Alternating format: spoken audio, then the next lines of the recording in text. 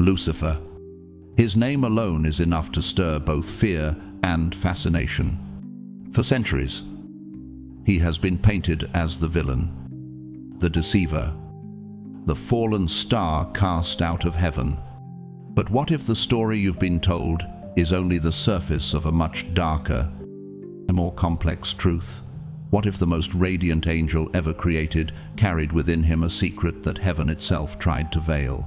Behind the sermons, behind the traditions, lies a hidden narrative, one that reveals not just the fall of Lucifer, but the terrifying mystery of pride, rebellion, and destiny written into the fabric of creation. This is not just another Bible story, it's a revelation that shakes the ground beneath your beliefs. To uncover it is to step into a chamber of shadows where beauty and betrayal walk hand in hand. Before we go deeper, I want you to mark this moment.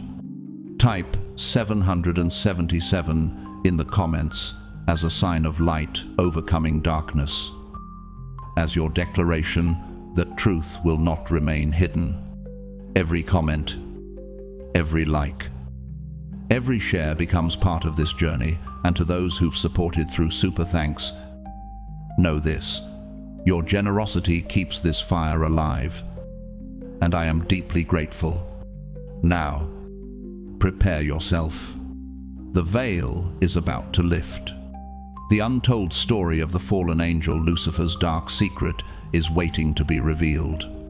Let us step into the heart of the mystery together. Lucifer's dark secret, the untold story of the fallen angel in the Bible.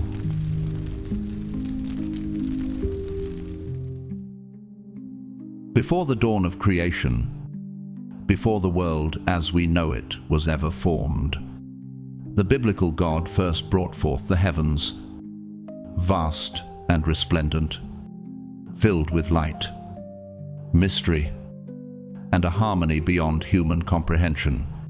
Within these celestial realms, he created the cherubs, angels, and archangels, beings of extraordinary power and purpose, each radiating glory and obedience to their Creator. The archangels stood above all, exalted as the chief messengers of God, entrusted with the weight of divine commands and the guardianship of cosmic order. Among these exalted beings, one shone with a brilliance unmatched: Lucifer, the highest archangel of old. He was a creature of such staggering beauty and perfection that even the heavens themselves seemed to bow in awe. Every aspect of him was crafted flawlessly, from the radiance of his being to the strength that pulsed through his essence. Ezekiel, Genesis 8:15 proclaimed, "Thou wast perfect in thy ways from the day that thou wast created," affirming that from the very moment of his formation, Lucifer embodied divine excellence. Yet it was this very perfection, this unmatched radiance, that sowed the seeds of his downfall. In the presence of his peers, his beauty and power were not merely admired, they incited envy and whispers of comparison. Over time, pride took root in his heart.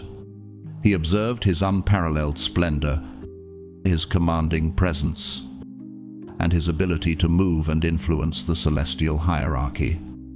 And a dangerous thought began to take hold, that perhaps he was destined for more than obedience, that perhaps he, not God, should hold dominion over all creation.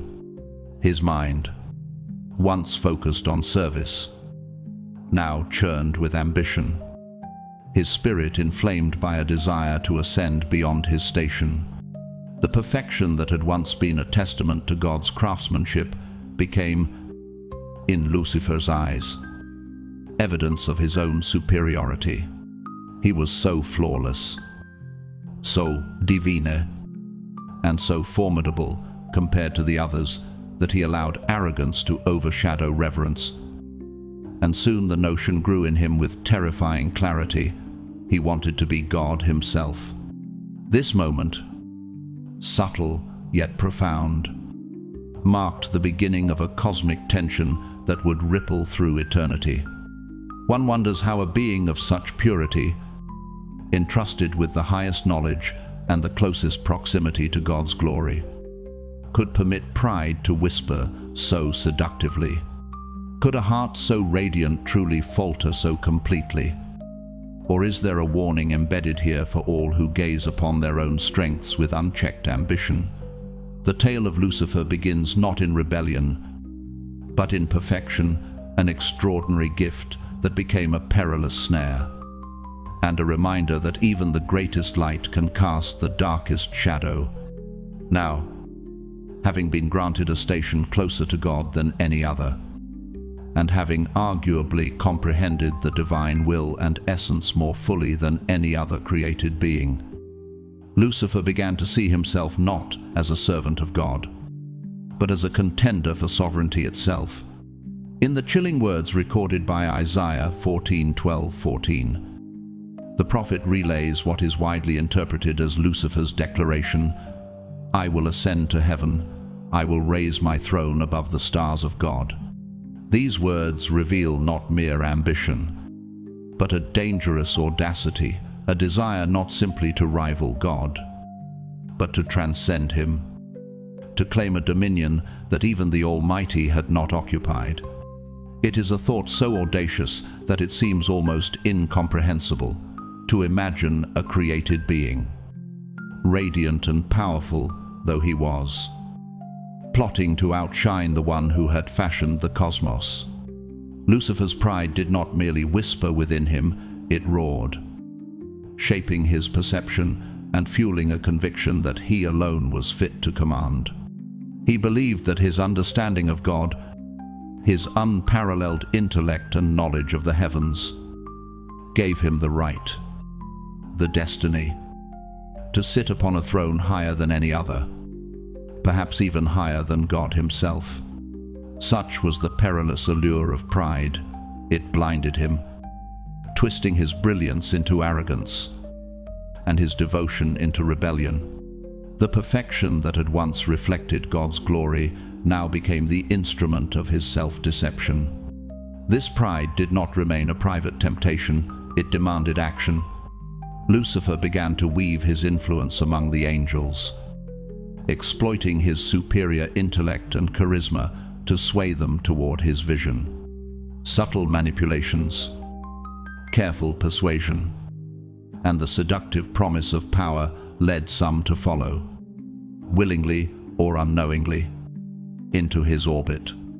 The seeds of insurrection were sown not with brute force, but with cunning and persuasion, and pride was the invisible hand guiding every step. In this, there is a lesson hidden within the cosmic drama: intellect and knowledge, unmatched though they may be, can become instruments of deception when divorced from humility.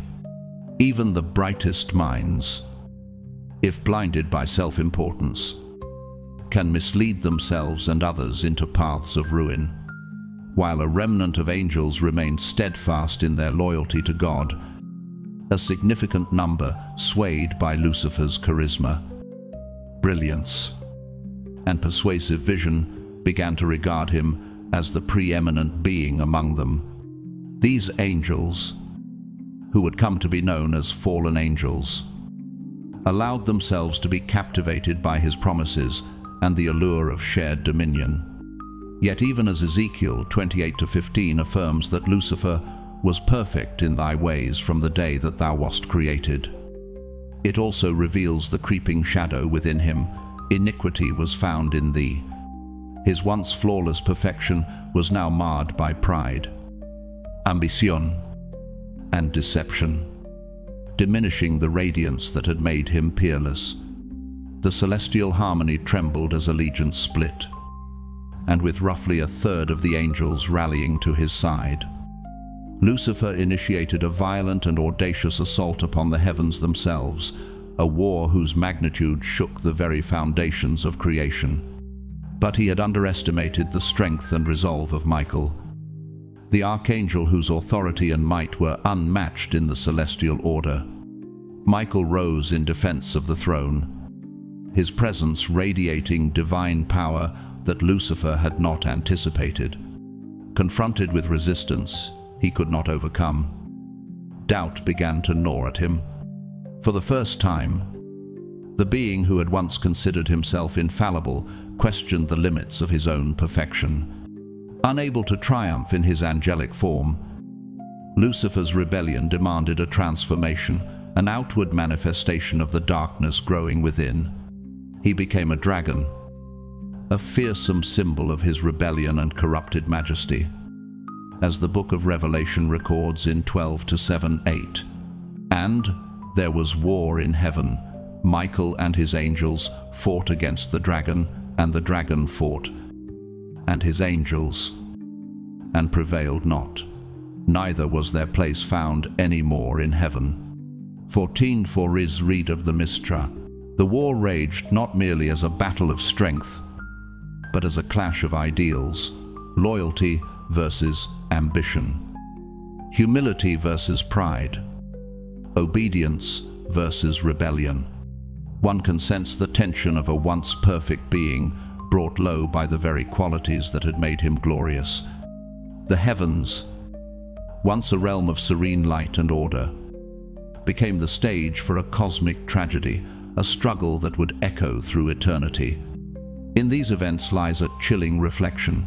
Even brilliance and favor can be turned into instruments of downfall, and unchecked pride can ignite conflict that reshapes the order of all creation. Why, then, did Lucifer dare to rise at all? To challenge the very throne of God? Some would call it courage, but a closer look reveals it as the most perilous form of arrogance, a blindness born of pride and untempered ambition. He moved as though invincible, certain that his brilliance and perceived superiority would secure him dominion. Yet even the mightiest of angels, when standing against the will of the Almighty, find their strength insufficient. It was Archangel Michael who met him in battle, and through Michael's might, Lucifer's rebellion was decisively crushed. Remarkably, this confrontation demonstrates the immense power of God. He did not have to descend himself to vanquish his most exalted creation.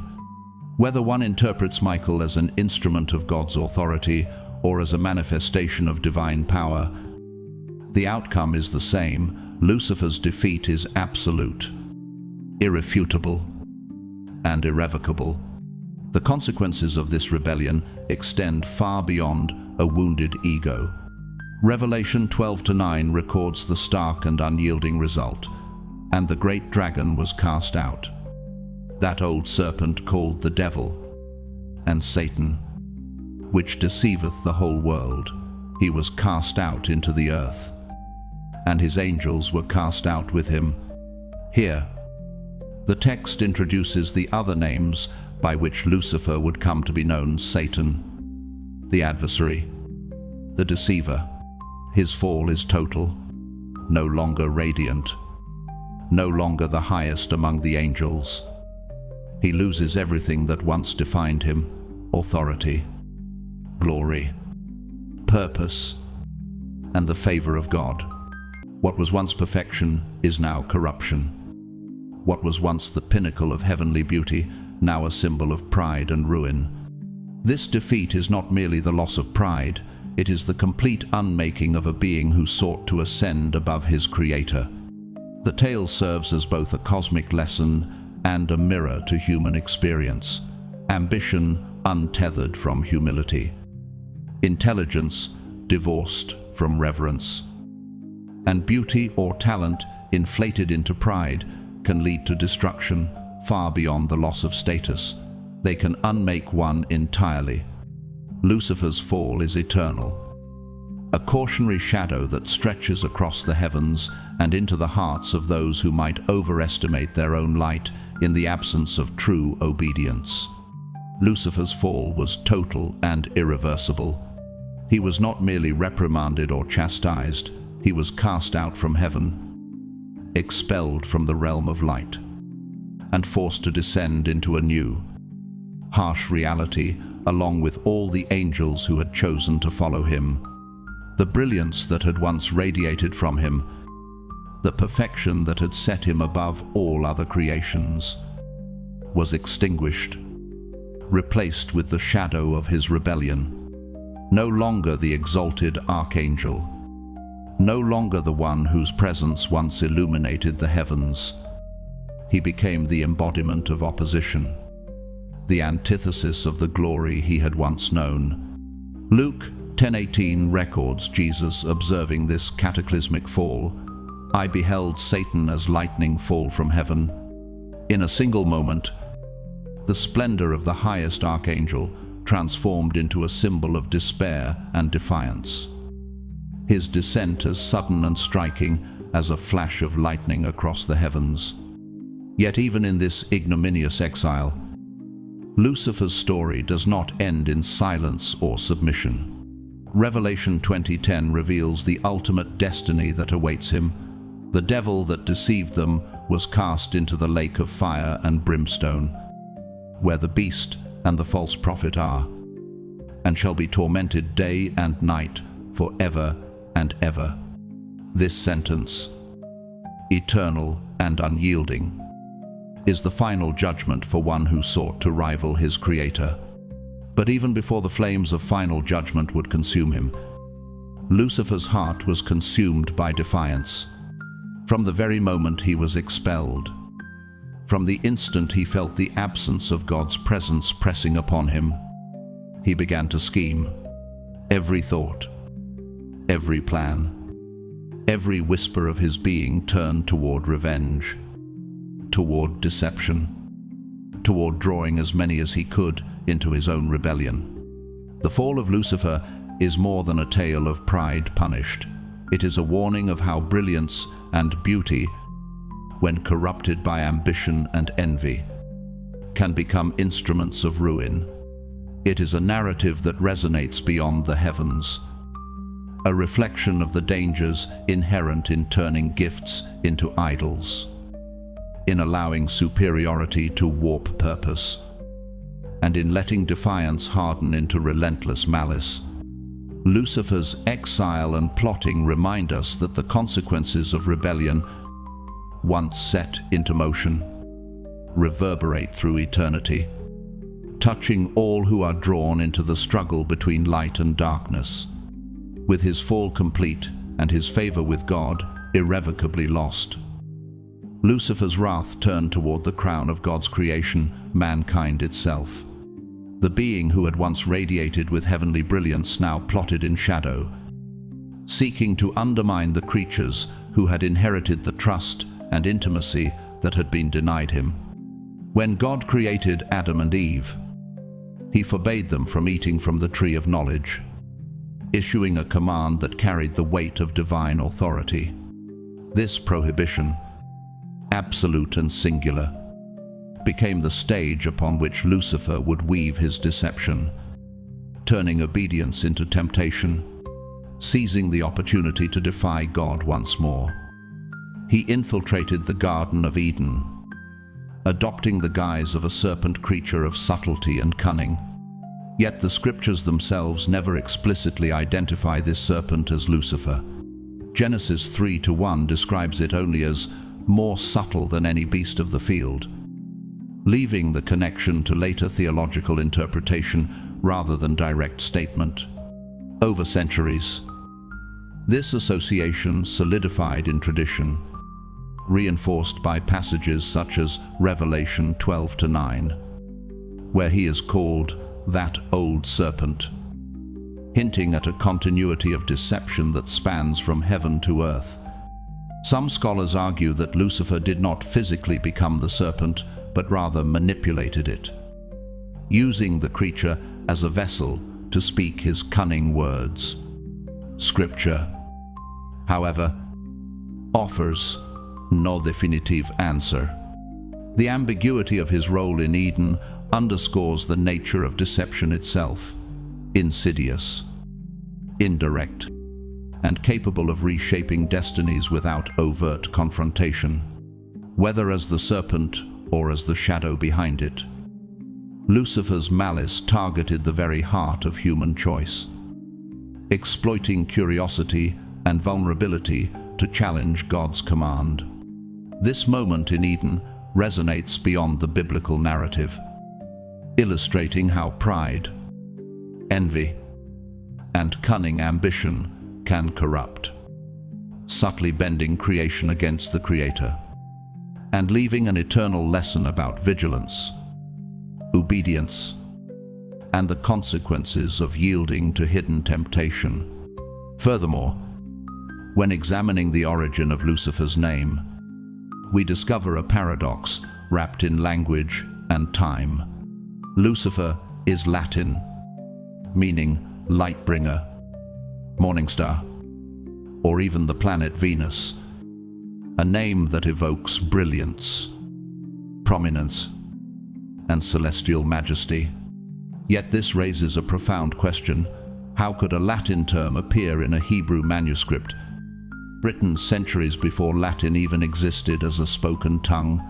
The mystery deepens when we turn to the 14th chapter of Isaiah, which remarkably is the only place in Scripture where the name Lucifer is explicitly mentioned.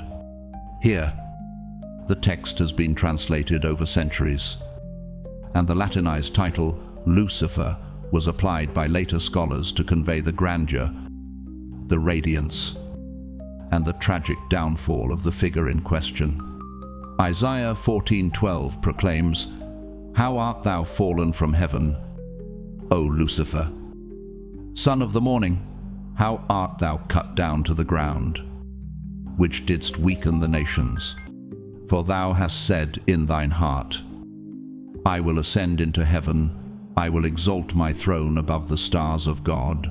I will sit also upon the mount of the congregation in the sides of the north. I will ascend above the heights of the clouds. I will be like the Most High.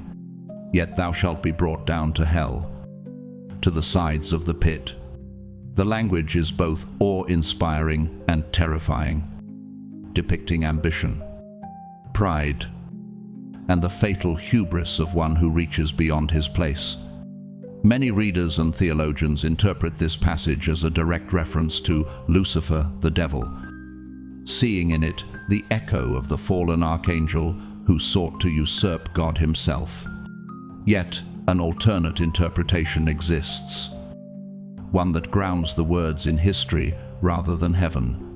Some scholars argue that Isaiah was addressing a fallen Babylonian king, a mortal who had arrogantly believed himself invincible, persecuting Israel with unbridled pride and cruelty. In this view, the prophecy is less about a celestial being and more about human folly, the pride of a ruler who placed himself above divine authority, only to be humbled and cast down. This duality, the celestial versus the historical, invites deeper reflection. Whether Isaiah spoke of Lucifer, the angel, or a mortal king, the warning is clear: pride, ambition, and the desire to exalt oneself above what is ordained inevitably lead to downfall. It is a narrative that resonates not just across Scripture, but across human experience, cautioning all who are tempted to overreach, to forget their place, and to mistake brilliance for divinity. In fact, the use of the name Lucifer is far from universal across all biblical translations. In many versions, Isaiah does not use Lucifer at all. Instead, he refers to the figure as the morning star, or the Hebrew term Hellel, a poetic reference to Venus, the brightest object in the dawn sky. This subtle distinction paints a different picture: the king of Babylon, whose identity Scripture leaves deliberately ambiguous, was once held in high esteem, a ruler whose influence and prestige seemed unshakable, only to be brought low, as Isaiah predicted. The imagery evokes brilliance turned to ruin, glory lost, and the inescapable consequences of pride. So, how did this historically grounded prophecy transform into the legend of Lucifer, the fallen angel? The truth is, we cannot say with certainty. What we do know is that by the time early Christian scribes were translating and copying texts in Latin, they had the opportunity, and perhaps the inclination, to insert a narrative that aligned with the evolving theology of angels, sin, and cosmic rebellion. They may have seen Isaiah's dramatic imagery of a morning star cast down and recognized a perfect vessel to illustrate the story of a celestial being who dared to challenge the Creator. Through these interpretations, the text was gradually reframed, and the mortal king of Babylon became entwined with the figure of Lucifer, the archetype of pride, rebellion, and ultimate downfall. This fusion of history and myth reveals how stories evolve, shaped by those who record them, and highlights the complex interplay between scripture, translation, and tradition. What begins as a cautionary tale about a human ruler becomes, over time, a cosmic allegory of pride and defiance, a tale that continues to captivate, warn, and haunt those who seek to understand the mysteries of heaven and the depths of ambition. By the time King James I commissioned his English translation of the Scriptures, the influence of St. Jerome and his Latin Vulgate had left an indelible mark. The name Lucifer had been firmly incorporated. What was once a poetic description of a Babylonian king brought low by his own arrogance, a ruler punished for his pride and hubris, was now transformed into the narrative of a celestial being, the fallen angel who dared to challenge God himself. Over time, the story of this earthly monarch was interlaced with the cosmic rebellion of heaven, and Lucifer became firmly embedded in the collective imagination as the archetype of defiance, ambition, and tragic downfall. For many believers, this version would become canonical, a lens through which the cosmic struggle between obedience and pride could be understood. The same tension between mortal history and angelic allegory appears in Ezekiel 28-15, where the prophet declares, "Thou wast perfect in thy ways from the day thou wast created, till iniquity was found in thee." While countless interpretations assume Ezekiel is speaking directly of Lucifer, closer study suggests he may have been addressing an unnamed king of Tyre, a man whose pride and self-exaltation rivaled that of any celestial being. Here again, human ambition mirrors divine rebellion, and the lines between history and myth blur. The text leaves us suspended in uncertainty. Are we witnessing the fall of an angelic prince, or the cautionary tale of a mortal king undone by his own hubris? This ambiguity only deepens the mystery, compelling the reader to reflect on the fine line between pride and destruction, whether in heaven or on earth. In the final reckoning, no matter how one interprets the story of Lucifer, whether as a proud Babylonian king or as the most exalted of angels who defied God, the lesson resounds with undeniable clarity. The ancient wisdom of Proverbs 16:18 warns us, "Pride goeth before destruction, and a haughty spirit before a fall." This is not merely an admonition from the distant past, but a warning that resonates through every era. Those who inflate their own importance risk being undone by forces greater than themselves, like Lucifer, whose brilliance became his undoing. Any soul that grows arrogant, overestimates its strength, or presumes to rival that which is far beyond its reach is treading a dangerous path. The narrative calls us to a quiet humility, a recognition of the limits of our power and the necessity of gratitude for the gifts already bestowed. Ambition is not condemned, it is the reckless, impulsive assertion of superiority that brings ruin. The tale whispers across the centuries, aspire. Yes, but temper desire with wisdom. Temper pride with reverence. And temper action with patience. For those who fail to heed this counsel may, like Lucifer or the haughty kings of old, discover that the higher one climbs in arrogance, the more catastrophic the fall. In reflecting upon this story, we are reminded that true strength lies not in domination or defiance, but in humility, in alignment with a greater order, and in the courage to recognize our own limitations. It is a timeless mirror for our own lives, urging vigilance over pride, and reminding us that even the most brilliant of creations, if blinded by self-exaltation, can become the architects of their own undoing. The story also carries a stark reminder about the value of reverence toward our elders, our parents, and those who came before us. These are the figures who, through experience, guidance, or divine providence, hold wisdom that we may be too young, too impatient, or too prideful to grasp. Lucifer, in his brilliance and perfection, became blinded by the illusion of superiority. He believed himself stronger than God, the very Creator who had fashioned him as the highest of all angels.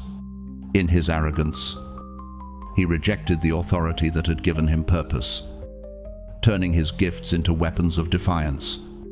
This profound act of rebellion did not go unanswered. Lucifer's prideful disrespect precipitated his downfall, leading to a banishment so absolute that it echoes through the ages. The narrative leaves no ambiguity. Those who refuse humility, who dismiss the wisdom of those who came before, or who presume to rival what they cannot comprehend, set themselves on a path toward consequences that are not only inevitable but severe.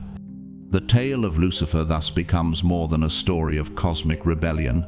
It is a warning written into the very fabric of existence, a lesson that transcends time, urging respect, caution, and the disciplined acknowledgement of wisdom greater than our own. The tale of Lucifer's rebellion against God extends far beyond the cosmic drama of heaven. It carries lessons that resonate deeply with our human experience, revealing truths about pride, obedience, humility, and the consequences of defiance. At its core, the story is a mirror reflecting the dangers of elevating oneself above wisdom, guidance, and natural order. Lucifer, despite being the most magnificent of all angels, believed that his brilliance, his beauty, and his strength placed him above even the Creator himself. He allowed arrogance to cloud discernment, and in doing so, he set in motion a chain of events that led to his total downfall. This is a stark reminder that no matter how gifted or talented one may be, there is a line that cannot be crossed, the line between confidence and hubris, between ambition and rebellion. Proverbs 16:18 warns us with unflinching clarity, "Pride goeth before destruction, and a haughty spirit before a fall." This is not merely ancient wisdom, it is a principle that repeats itself in every era. In the corridors of power, in the spheres of influence, and within the private recesses of our hearts.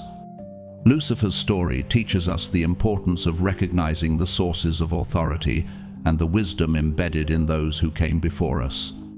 In many ways, the angels who remained loyal to God can be seen as those who understood the value of humility and the strength in obedience. Their allegiance was not born of fear alone, but of insight and discernment. They comprehended that true power is not defined by self-exaltation, but by alignment with divine order. Similarly, in human life, respecting mentors, elders, and the traditions of our culture is not a sign of weakness. It is acknowledgement that knowledge often transcends individual capability. To dismiss this guidance as irrelevant or outdated, as Lucifer dismissed God's authority, is to risk a fall of one's own design. In modern terms, ambition without temperance, genius without discipline, or freedom without responsibility can mirror the same catastrophic trajectory. Another profound lesson lies in understanding the duality of gifts and responsibilities. Lucifer was endowed with immense beauty, intellect, and influence qualities that should have been channels for service, protection, and enlightenment. Instead, he weaponized these gifts for self-interest, using his superior intellect to manipulate and seduce a third of the angels into rebellion. In contemporary life, this teaches that our talents and abilities are not solely for self-aggrandizement. Wealth, knowledge, or skill, when pursued purely for ego or status, can become instruments of harm, both to oneself and to others. Conversely, humility transforms talent into legacy. It allows influence to inspire rather than dominate, and power to uplift rather than subjugate. The narrative of Lucifer also warns us of the seductive nature of pride. Pride is often quiet, subtle, and insidious. It masquerades as self-assurance, excellence, or ambition, yet it blinds the individual to reality and accountability. In Lucifer's case, pride distorted perception, convincing him that he could rival God himself. In our lives, pride can appear in subtler forms, dismissing feedback from colleagues, refusing to admit mistakes, or undervaluing the perspectives of others. Left unchecked, these small seeds of arrogance can grow into patterns that jeopardize relationships, careers, and spiritual well-being. By observing Lucifer's catastrophic end, his banishment, loss of glory, and eternal torment, we see a vivid illustration of what unfolds when pride becomes a guiding principle rather than a cautionary whisper. Finally, the story underscores the importance of resilience, discernment, and moral vigilance. While Lucifer fell, the angels who remained steadfast serve as examples of the rewards of integrity and alignment with what is just and true.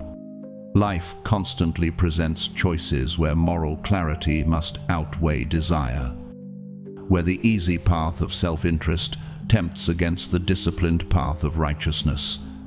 We are called to recognize that every decision, every act of hubris or humility contributes to the trajectory of our lives, just as every allegiance in heaven contributed to the outcome of the celestial war. In conclusion, Lucifer's narrative is far more than a tale of cosmic rebellion. It is a blueprint for understanding the consequences of pride, the value of obedience, and the power of humility. It teaches us to wield our gifts with wisdom, to honor those who guide us, and to recognize that true strength is measured not by the ability to dominate, but by the courage to align with higher principles. The fallen angel's story whispers across the centuries, warning that arrogance, if left unchecked, leads not only to personal ruin, but to the corruption of those around us. And in observing the trajectory from brilliance to banishment, we are invited to reflect, to temper ambition with prudence, and to navigate life with reverence for the order that sustains us. As we close the chapter on the story of Lucifer, the fallen angel, one thing becomes abundantly clear: pride, unchecked ambition, and arrogance are forces that can unravel even the most perfect of beings. Lucifer's journey from the highest archangel, radiant and revered, to the one cast out. The great deceiver is a timeless reminder that no matter how gifted, powerful, or intelligent we may be, humility and alignment with higher principles are the true markers of lasting greatness. Proverbs 16:18 warns us, "Pride goeth before destruction, and a haughty spirit before a fall." And this lesson resonates not only in heaven, but in the very fabric of our everyday lives. In today's world, we face our own heavenly tests, moments when ambition tempts us to overreach, when ego blinds us to wisdom, when impatience drives us to chase shortcuts at the expense of integrity. Just like Lucifer, we can become so enthralled with our own brilliance that we forget the foundations that made us strong, the guidance of mentors, the support of loved ones, the moral compass that keeps us grounded. And yet, there is hope embedded in this narrative. The story of the loyal angels reminds us that steadfastness, discernment, and humility always yield strength far greater than pride ever could. Personally, I see in this story a call to reflection. It challenges me and each of us to examine where arrogance may be creeping into our decisions, where impatience tempts us to forsake wisdom, and where gratitude is being overshadowed by self-importance. It is a reminder that true power is not the power to dominate, but the power to serve, to uplift, and to act with integrity in every choice we make. As we internalize this lesson, I encourage you to take a moment to apply it in your own life. Align your actions with humility. Honor those who guide you. And remember that every gift you've been given is meant to be used wisely, not to inflate ego. Let this story of Lucifer be a cautionary tale, but also a source of inspiration. Greatness lies not in being above others, but in rising above one's own flaws. If this reflection resonates with you, show your support by hitting that like button, sharing this video to inspire others, and subscribing to the channel for more insights into divine truths and spiritual lessons. Don't forget to click the bell icon so you never miss a story that challenges and uplifts your spirit. Leave a comment below your thoughts, your reflections. Your own experiences with pride and humility can spark meaningful conversations. And to all of you, whether you've supported us through a super thanks or simply by being here, I want to say thank you. Your presence strengthens this community. And may God's wisdom and guidance continue to illuminate your path every single day. Stay grounded, remain humble, and let your light shine, not in pride, but in purpose.